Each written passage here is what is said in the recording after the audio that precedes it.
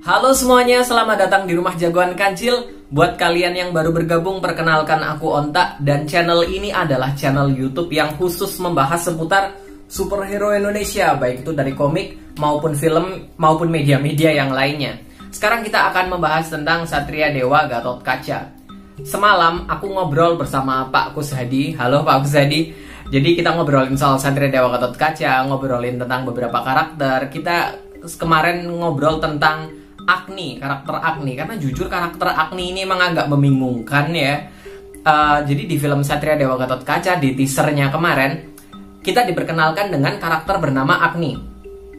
Agni ini adalah anak dari Profesor Arya, dan dia masuk ke tim jagoan utama gitu, bersama Yuda alias Gatotkaca, lalu Dananjaya yang kita curigai sebagai Arjuna, lalu juga ada Gege, adiknya Dananjaya. Jadi Agni ini masuk ke tim jagoan utama gitu.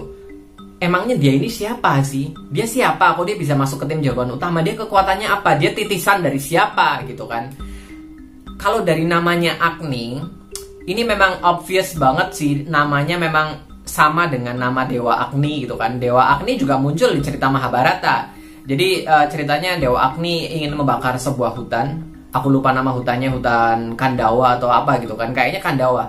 Jadi Agni ini ingin membakar sebuah hutan, lalu hutan itu dilindungi oleh Dewa Indra. Dan mereka agak cekcok gitu kan, karena hutan ini memang sebenarnya harus dibakar dan udah takdirnya katanya seperti itu gitu kan.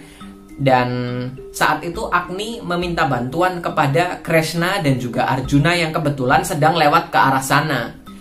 Dan sebagai gantinya, Agni akhirnya menghadiahi Krishna dan Arjuna senjata gitu kan. Kalau Arjuna diberikan busur panah. Jadi kisahnya seperti itu. Tapi aku agak ragu apakah Agni ini karakter sebesar itu gitu kan, untuk muncul di tim jagoan utama bersama Gatotkaca dan juga orang yang kita curigai sebagai Arjuna. Paham kan maksudku kan? Dia bukan big player gitu kan. Jadi aku agak ragu kalau Agni yang ada di sini adalah Agni yang itu. Meskipun bisa juga, cuman aku agak ragu karena yang kita punya hanyalah nama yang sama gitu kan. Bisa aja zaman sekarang nama Arjuna juga banyak gitu. Apakah mereka semua adalah titisan Arjuna? Belum tentu. Sementara aku dan Pak Kushadi juga sempat berpikir kalau mungkin Agni ini adalah titisan dari Pergiwa. Secara Pergiwa kan istrinya Gatotkaca gitu kan.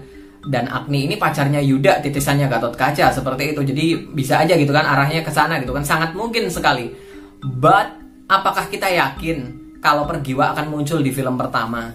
Karena menurutku sepertinya terlalu cepat juga gitu kan.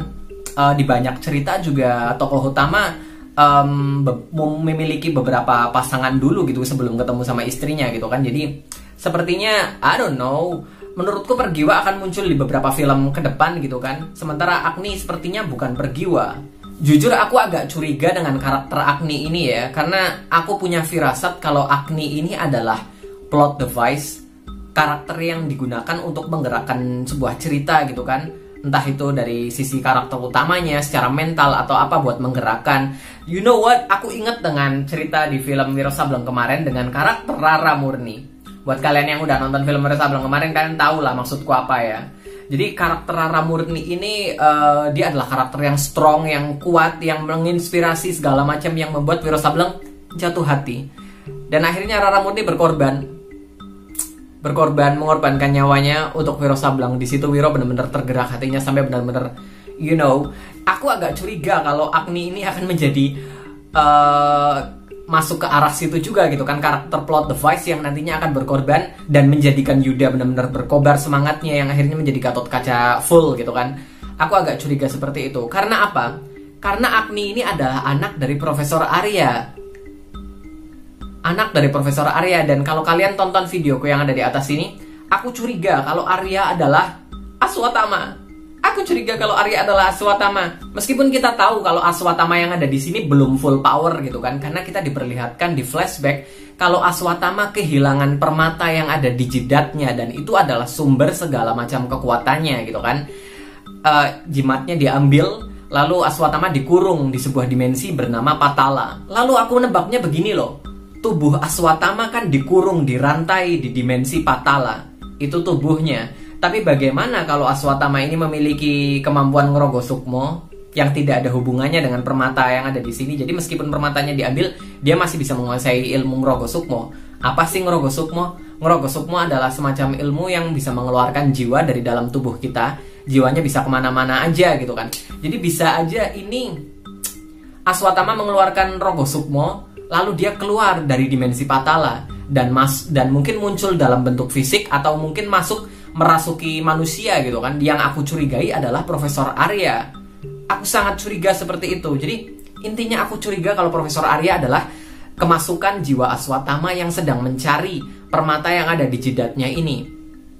Lalu hubungannya apa dengan Agni? I don't know ya. Aku agak curiga kalau Agni ini bukan bener-bener anaknya Profesor Arya.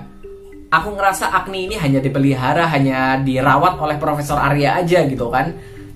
Lalu Agni ini siapa? Aku curiganya, bawahi ya, ini hanya teoriku saja, hanya kecurigaanku saja.